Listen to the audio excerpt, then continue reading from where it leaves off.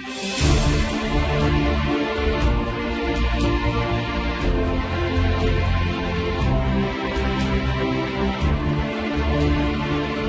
name is Ammon Bundy. I am speaking to you today from inside a maximum security jail. I am a son of a Nevada cattle rancher. My father, brothers, and myself have been incarcerated for many months, leaving our wives and 26 children altogether without fathers to care for them. I ask that you listen to our story and judge us. Yes, judge us. Ask yourself if we were justified in standing for our ranch and the rights of our neighbors. Or should we have just let federal agencies take our heritage? Ask yourself, what would have you done? Ask yourself what is right. Let me explain our story. My brothers and I grew up on a family cattle ranch in southern Nevada, established by our great-great-grandfathers in 1877. We were raised in humble circumstances in the same little ranch home as our father, Ammon Bundy, built by my grandfather Dave in the 1940s. For 5 generations, our family has run cattle along the Bunkerville Mountains. Our ancestors were the first pioneers to settle in the southern Nevada desert. They carved their living out of leveling and farming land next to the Virgin River and ran cattle on the hills. Their homesteads were established before Las Vegas had even one person living in it. Nevada had only been a state for 13 years. Discovering multiple springs on the foothills of the mountains, our forefathers began to build water troughs and holding tanks to supply water for cattle. This made it so the cattle did not have to travel too far for water. In the arid desert where our ranch is, it takes approximately 100 acres to feed one cow. In his lifetime, my father has improved upon this watering system by installing pipes throughout the lower hills from 11 different water sources over a 30-mile span. This has allowed the cattle to benefit from feed in areas where otherwise they could not live because they would have to walk too far for water. This has also greatly benefited the desert wildlife and made hunting and camping plentiful. As a true environmentalist, my father, by expanding the water system and caring for the land and the road, has tremendously promoted wildlife, increased game, improved camping, and generally made the area more enjoyable to be on. Even the desert tortoise would thank Ammon Bundy for the water close by if they could speak. All of this is done at my father's expense and effort, costing the taxpayers nothing. With his banged-up Dodge pickup, my father would spend many days a month blowing out the water lines with air and repairing the leaks, making sure each water tank was always full. My family has brought life to the southern Nevada desert for over 100 years. Imagine what would happen to all the wildlife if this watering system was not maintained or if it was destroyed. Before I move on, it is important that you have a little more background about the legality of our water and grazing rights. In 1890, the state of Nevada created a registry so that ranchers and others could deed their water and grazing rights. In Nevada, as with other western states, the livestock water rights include title to graze. Each deed in print designates how many cattle the owner of the deed is typically grazing around the water. This is the way grazing rights are recorded and protected by the state of Nevada. Just to be clear, these livestock grazing and water rights are vested property, much like mineral rights or deeded rights to your home. These grazing rights are real property. They can be sold, traded, borrowed against, or adversely taken. They are the lifeblood of our ranch and are a valued heritage to our family. Many people have desired to purchase them over the years, but my father has chosen to remain raising cattle in the desert. Without these stock water grazing rights, our ranch has almost no value. My father owns 11 of these stock water grazing rights, deeded with the state of Nevada. In the early 1990s, the Bureau of Land Management, also known as the BLM, an agency of the executive branch, tried to trespass my father for grazing cattle on our deeded range, where my family has run cattle for 138 years. The BLM adopted an extreme environmental no-cattle policy designed to remove all ranching from the land. On the wall in the Southern Nevada BLM district office, they displayed their motto. It read, "No moo by 92, cattle free by 93."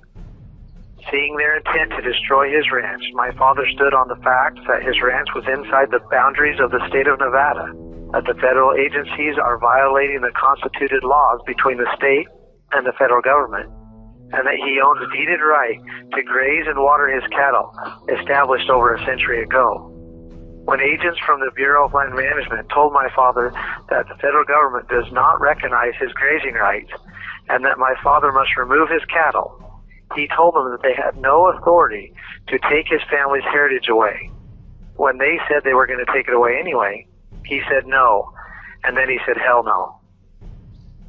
Several times the Bureau of Land Management tried to drag my father into federal court so they could strip him of his rights, like they have done with thousands of others. Being land inside the state of Nevada, not ceded to the federal government, my father held the constitutional position that federal agencies have no legal constituted authority to administer the land inside the state, and therefore no jurisdiction to trespass or prosecute him.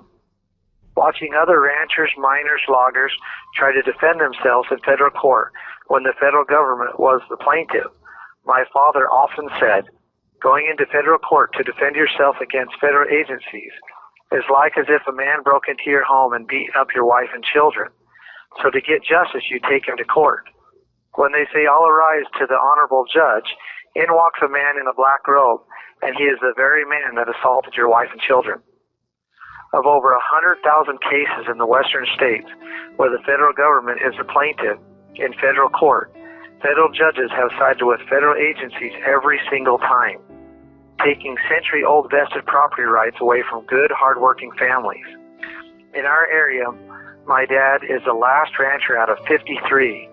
In the state of Nevada alone, federal agencies have taken 5,072 water rights from the people and deeded them to themselves. It is astonishing to think about this when the United States Constitution was specifically designed to prohibit this very thing from happening. We, the people, have ignorantly allowed federal agencies of the executive branch to be modern-day conquerors, gobbling up our land and resources and inserting themselves into every facet of our lives. Our homes, our schools, our churches, our jobs, our industries, our manufacturing industries, our housing industries, our agricultural industries, our mineral industries, our financial industries. Everywhere there is wealth, they seek to control and take. They will not stop expanding and growing on their own. They will not limit themselves because they do not produce a product. In order for them to survive and gain and grow, they must take from the people who produce a product.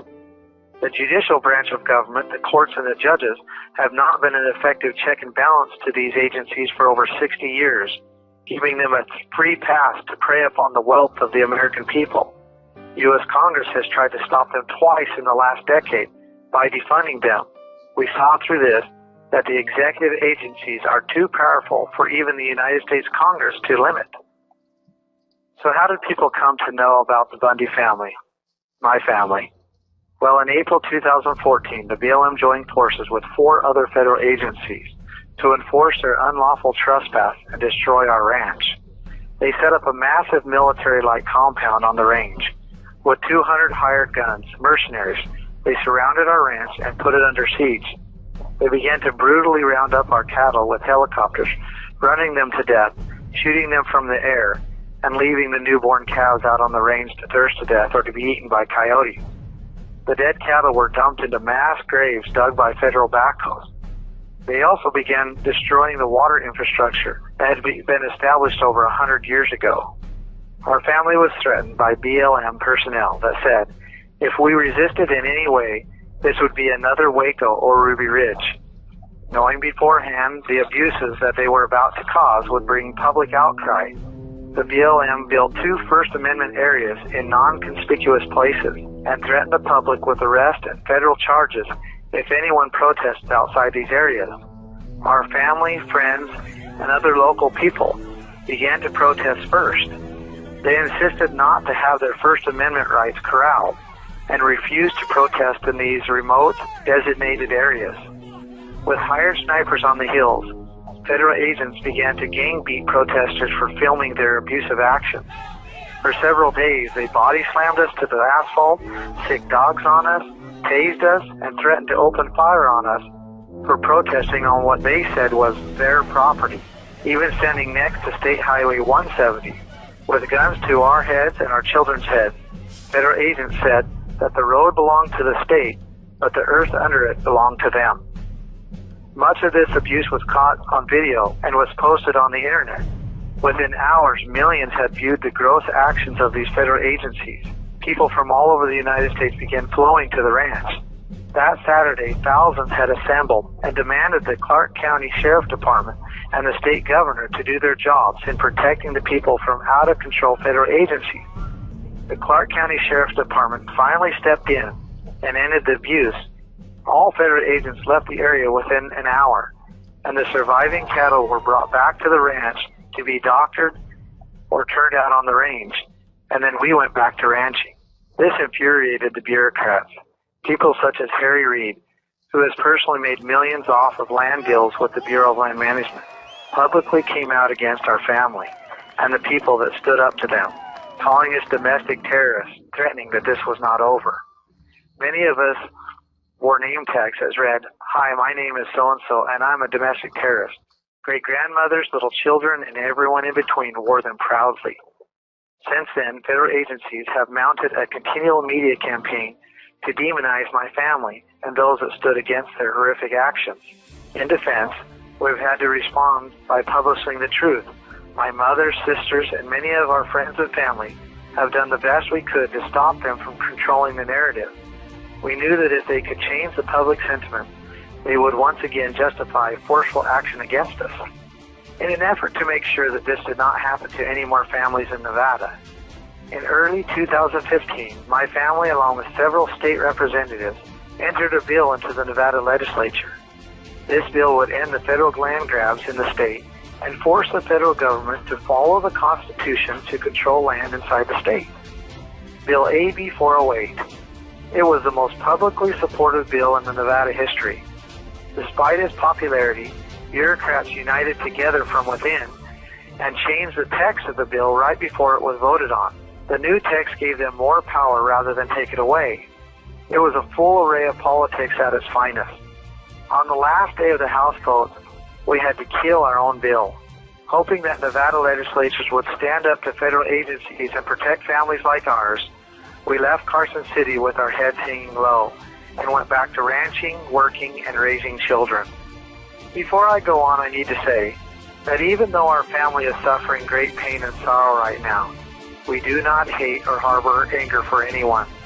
We pray daily and diligently for those who have and continue to harm us. We love the Lord Jesus Christ and desire in the end for all of us, even those that have spitefully put us in these jails, to find peace and happiness through His forgiveness and example. Through these great tribulations, we have strived to follow the Lord and do only as He has asked. Now let me go on.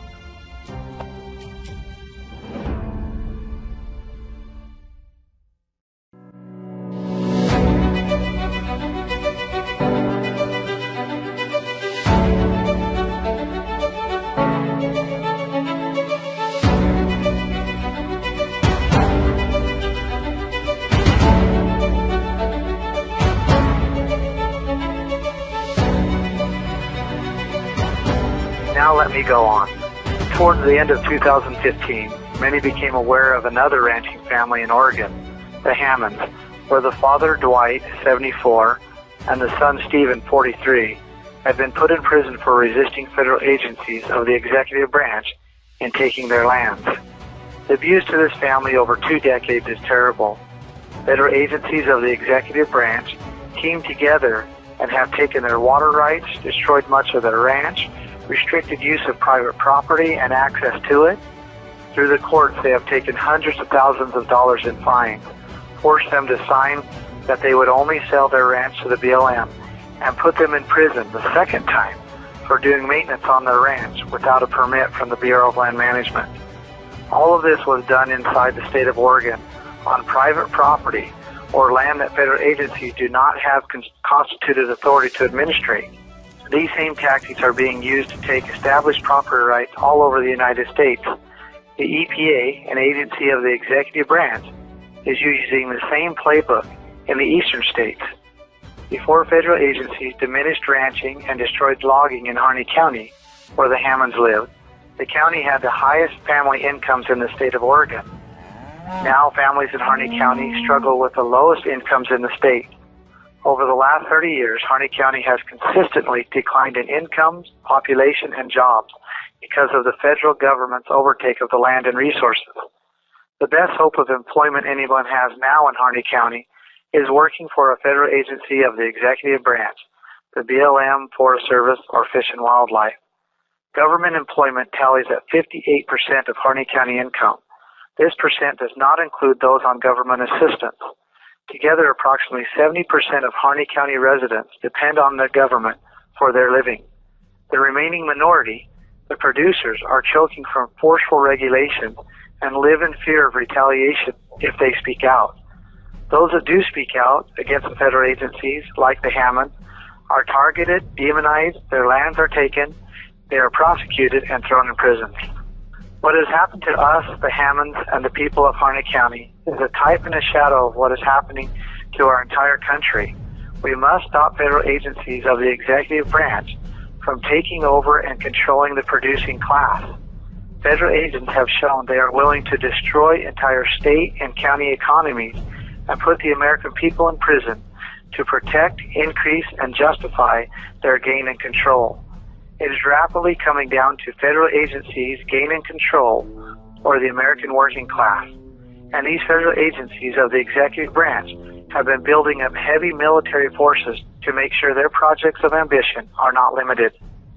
Look at what they put us in jail for: conspiracy to impede a federal officer's duties. Or in other words, resisting them from doing what they want to do.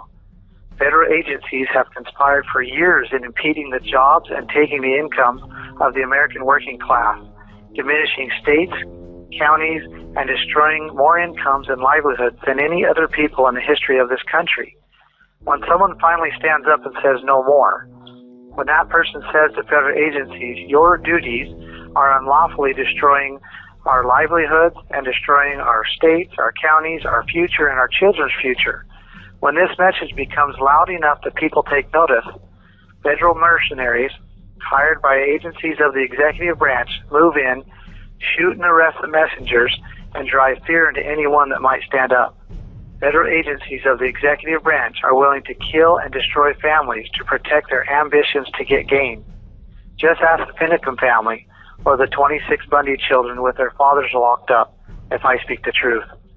No moral principle, tradition, heritage, livelihood, or way of life, or life itself appears to be more important than their ambitions to get gain.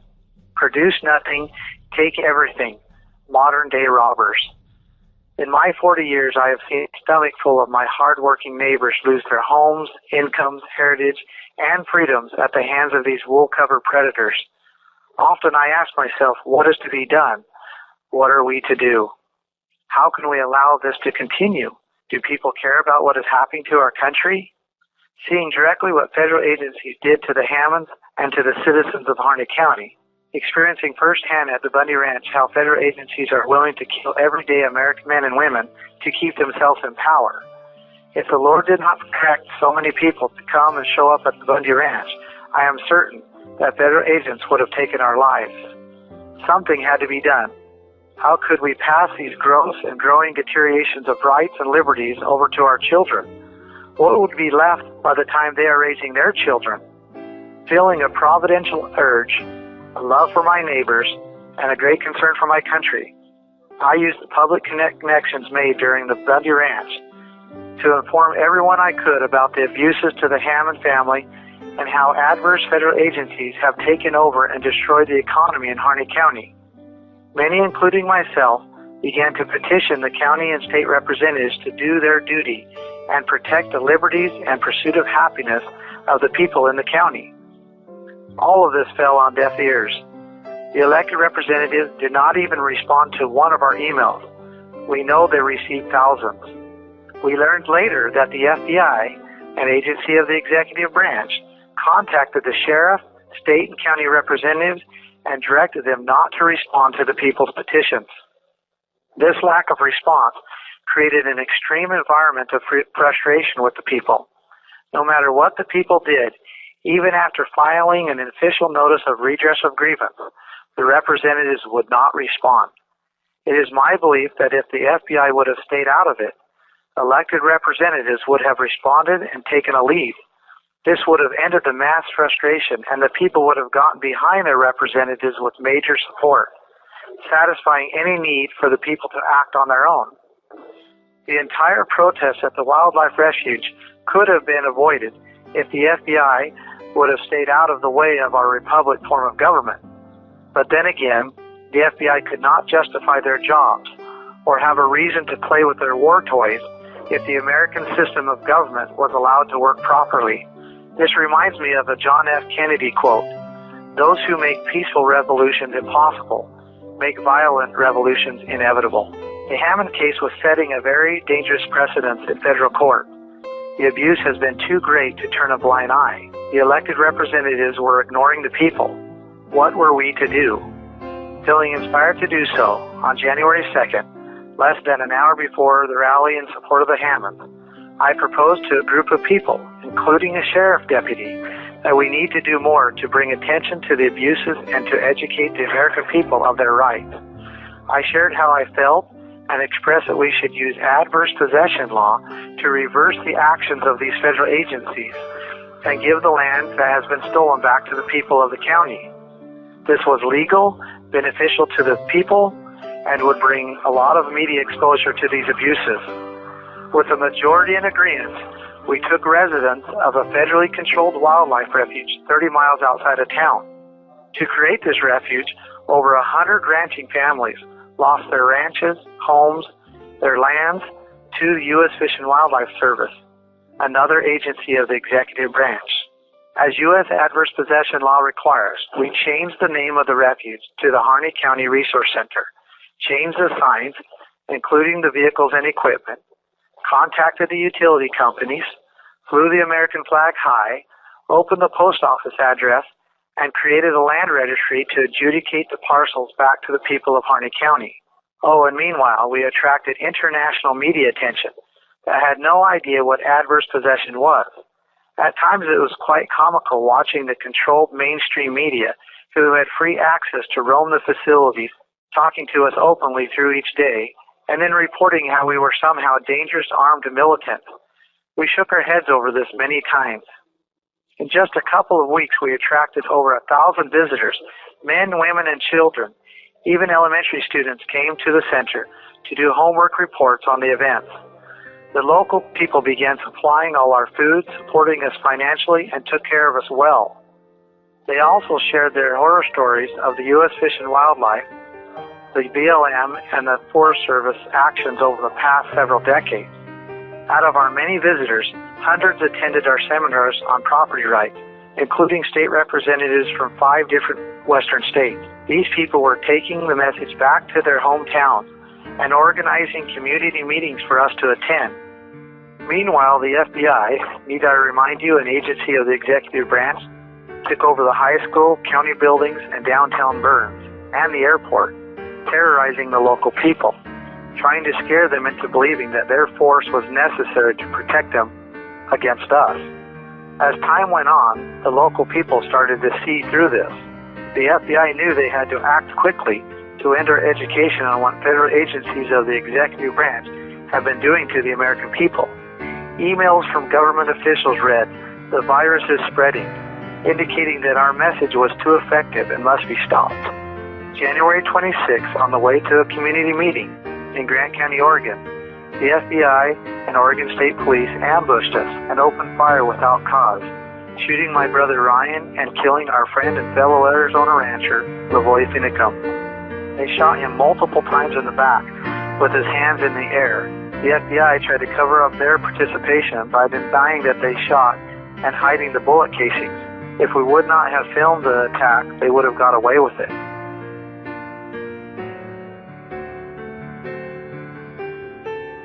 Never did we hold a gun or show any type of threat to them. We were carrying laptops, projectors, and a PA system, planning on having another effective meeting with the people of Grant County, including the sheriff. We were invited to meetings like this every day that week. Our schedule was filling up. With millions of dollars, thousands of federal agents, control of the main media, federal agencies were still not able to suppress the truth. So they resolved to use force, much like a big bully, who is not intelligent enough to convince people to follow him. So he just beats them up if they don't. Our message is one of freedom and choice. Their message is of coercion and force. With my brother Ryan and I arrested and others, the FBI went on a massive witch hunt, arresting people from all over the United States. Many had nothing to do with Oregon, but were in support in 2014. I suppose they thought this was their chance to completely destroy any opposition to their ambitious agenda. My father, a 70-year-old man, was met with 30 or so FBI operators in the airport. He was on his way to visit my brother and I. My brother Dave, they tactically converged on him while he was unloading lumber for the house he is building. Over 40 agents with assault rifles and full tactical gear in the little town of Delta, Utah, shooting flashbangs at him, one of the most reserved, kindest men I know. My brother Mel was in Arizona when they converged on him. Now with the men of the Bundy family locked away in prison cells, charged with pretend offenses, the Bundy women are left to tend for our children and our livelihoods, including the ranch. Meanwhile, federal agencies of the executive branch are making plans once again to take our homes, the ranch, remove the cattle, sell them for their profit, destroy the water infrastructure, and take all our assets of value. This would force my mother, our wives, and children out of our homes with nothing to our names. Meanwhile, we, the providers and protectors, are locked away, facing vindictive charges that, if convicted, could put us in prison for the rest of our lives. We never once hurt anybody, threatened anybody, or used force in any way. We simply stood for our rights and the rights of our neighbors. Adding salt to our wounds, the extreme environmental group that called themselves the Center for Biological Diversity, that has worked hand in hand for several years with the BLM, Forest Service, and other federal agencies, had the audacity to go to my mother at the ranch and offer to buy our century-old family grazing rights for next to nothing. They indicated that they would offer us some money before they took them from us. My mother kindly asked them to leave. They have followed up by phone and continued to harass her. At the beginning of this, I asked you to judge us, to form an informed conclusion in your mind if we were justified to stand for our rights. Time will only allow me to express the 100th part of what has happened to us. However, before making that judgment, consider a couple more points.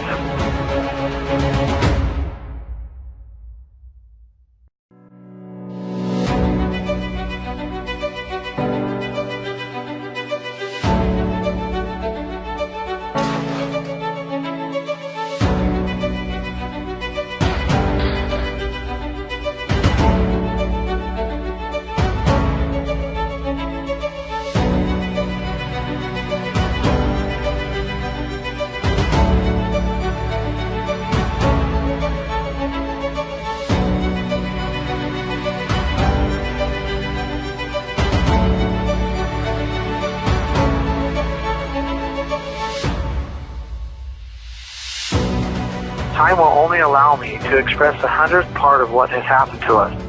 However, before making that judgment, consider a couple more points. Our founding fathers principally understood and documented clearly that the central government, the federal government, has very limited power, especially inside a state, and particularly in controlling land and resources inside a state. The founders made detailed statements about their intent when they drafted the Constitution.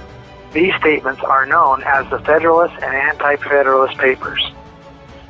Federalist page number 45, pages 292 and 93 reads, "The powers delegated by the proposed Constitution to the federal government are few and defined. Those which are to remain in the state government are numerous and undefined.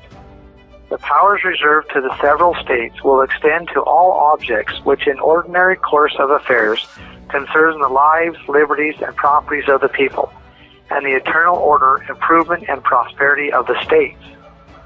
Federal agencies in direct opposition to the founders' intent are claiming over 51% of the lands in the western states, approximately 600 million acres, and 72% of the subsurface mineral rights. It is estimated that the West has more mineral concentration than anywhere else in the world. It is no wonder why these federal agencies of the executive branch are building up standing armies and are willing to kill their own people for it. By ignoring the constitutional limitations on the federal government, people are being abused. The land and resources in the states are being held and sold for federal profit, and the people are left begging for the crumbs, just as the founders predicted would happen if the states lost their gallant patriotism and stopped enforcing the limitations on the central government. Unfortunately, the states cannot properly protect the people without the taxes from the land and resources. The people cannot put food on their table, clothe themselves, or build their homes without the land and the resources. And federal agencies cannot sustain themselves or continue to build their standing armies or manipulate the states, counties, and people through welfare, contracts, and grants without the profits from the land and the resources. All wealth and power derives from the land and the resources. Everything we eat, live in, wear, use, need, or find physical comfort from comes from the earth. Control the land and the resources, and you control the people.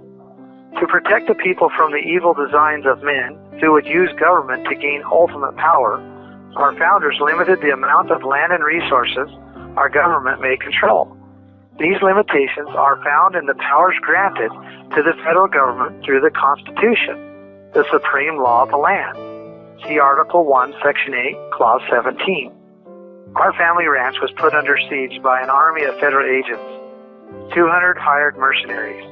Our lives were openly threatened, at gunpoint, for many days in a row. Our cattle were run to death by helicopters, shot from the ground and the air, then buried in mass graves right in front of us. Our century-old water infrastructure was being destroyed by federal backhoes. We were body slammed to the asphalt, tased, gang beaten, detained, and interrogated, and had dogs sicked on us. Our children multiple times had the red dots of hired snipers on their little bodies. The Hammond family and thousands of others across the western states have had their land stolen, water rights taken, and experienced a full list of similar abuses by these federal agencies of the executive branch. Agents of the executive branch claim to have legal, unlimited authority to abuse the people and control the land and resources. We, the people, are in danger. The Constitution prohibits their actions. Everything that is American is against it. The United States is not a communist form of government where the government owns and controls everything. This is against our founding principles, and our founders made it against our laws. The only way they have gotten away with it is because the Department of Justice, an agency of the executive branch. Yes, the Department of Justice is another agency of the executive branch, not the judicial branch. The largest legal team ever known to man, with over 7,000 U.S. attorneys, with unlimited budgets, assistance, support, and resources, all paid for by the American people. They have deceitfully and forcefully, through the courts, shoved down the throats of the American people that agencies of the executive branch have no limits and that the Constitution does not apply to them. They have destroyed federalism and infiltrated our checks and balances, all in an effort to centralize power, to funnel it into one body so they can control it for their own gain.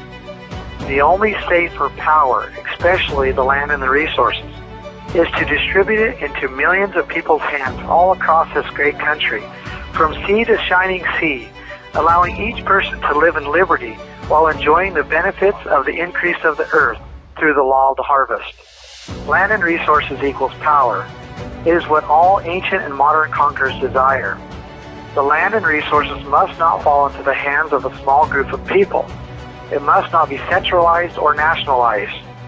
Our food, water, homes, clothing, transportation, our communication, everything that sustains us and everything that we find physical comfort from hangs at risk if the heads of these federal agencies obtain their ultimate objective.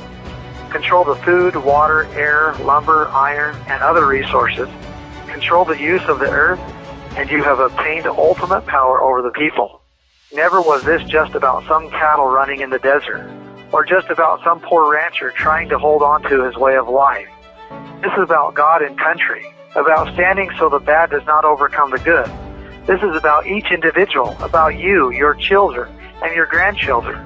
This is about food on your table, about having a home to put a table in. This is about agency to choose, about life, liberty, and the pursuit of happiness for many generations to come.